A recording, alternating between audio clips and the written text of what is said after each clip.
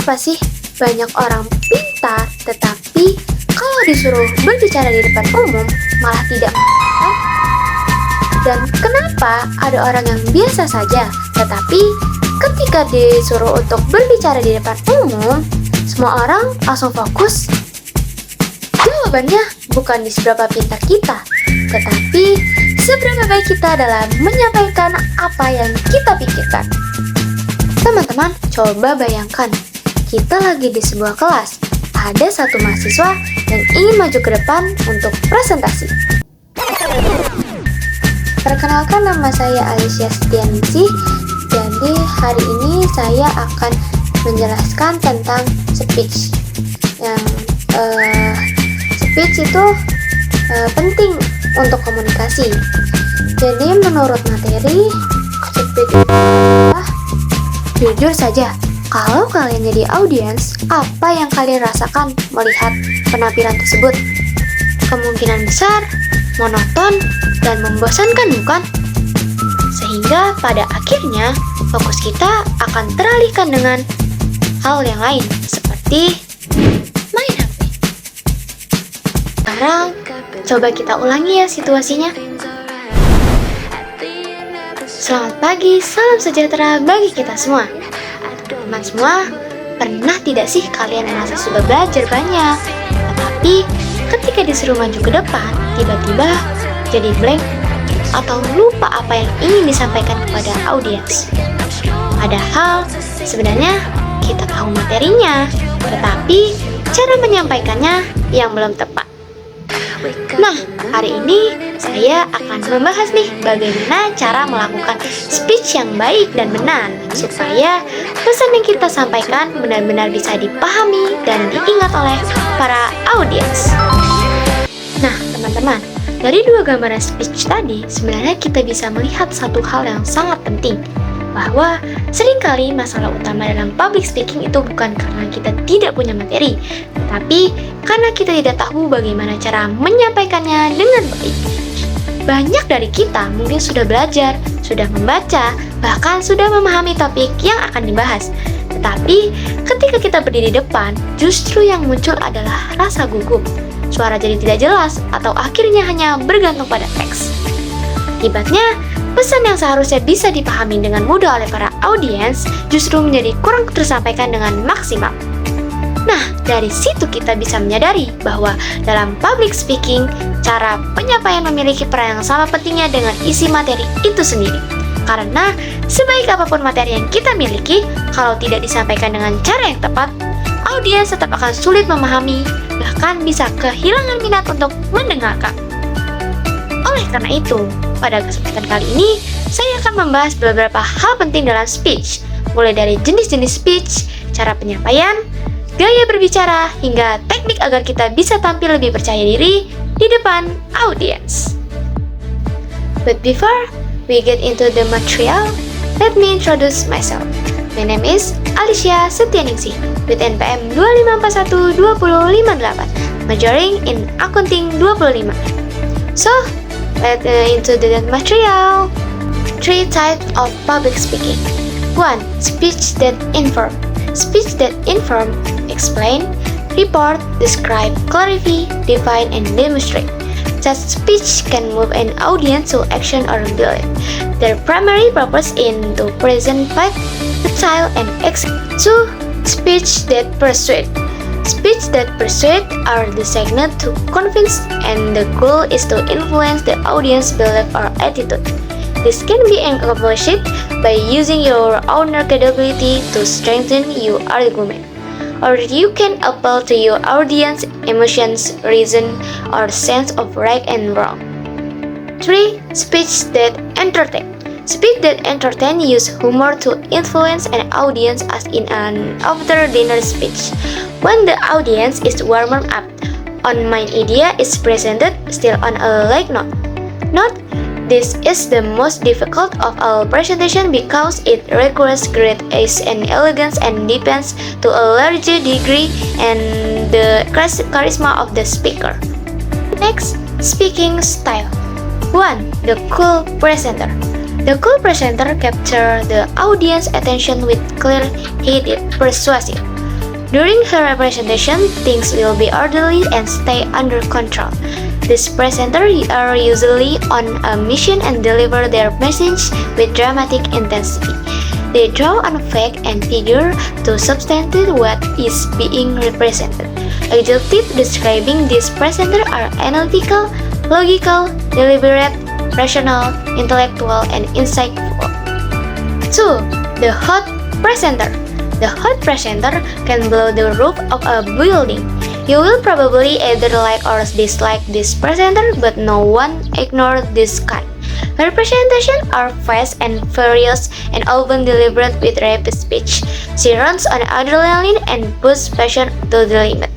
The pause, the raising and lowering of her voice. Her body movements are all dramatic and enhance the points made. Hot presenters are emotional, driven, charismatic, impulsive, and daring. 3. The dull presenter. Dull presenters are afraid to take risks, so they remain bland and boring. You likely endure a boring speech at some time. Dull presenters are safe, but they don't change much. Because they are so dull, there is minimal risk and it is easily forgotten.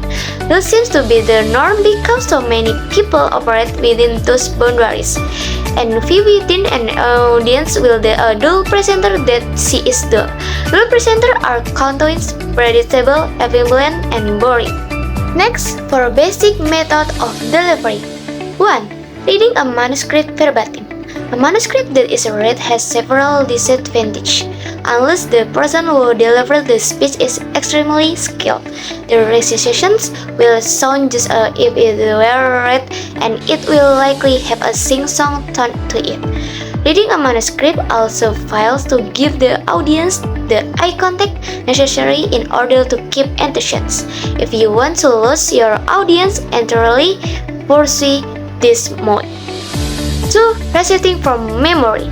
Daniel Webster, the famous author of Webster's Dictionary, could tell audience for even 5 hours at a time. Even more incredible, he often spoke without using any notes which he attributed to his memory.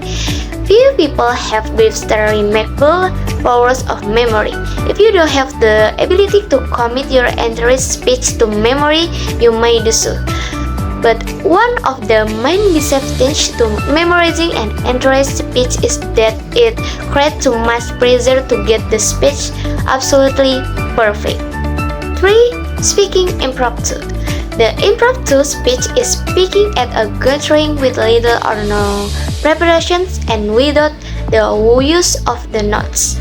For many, it might be like need to trial by fire, but it need not be that bad.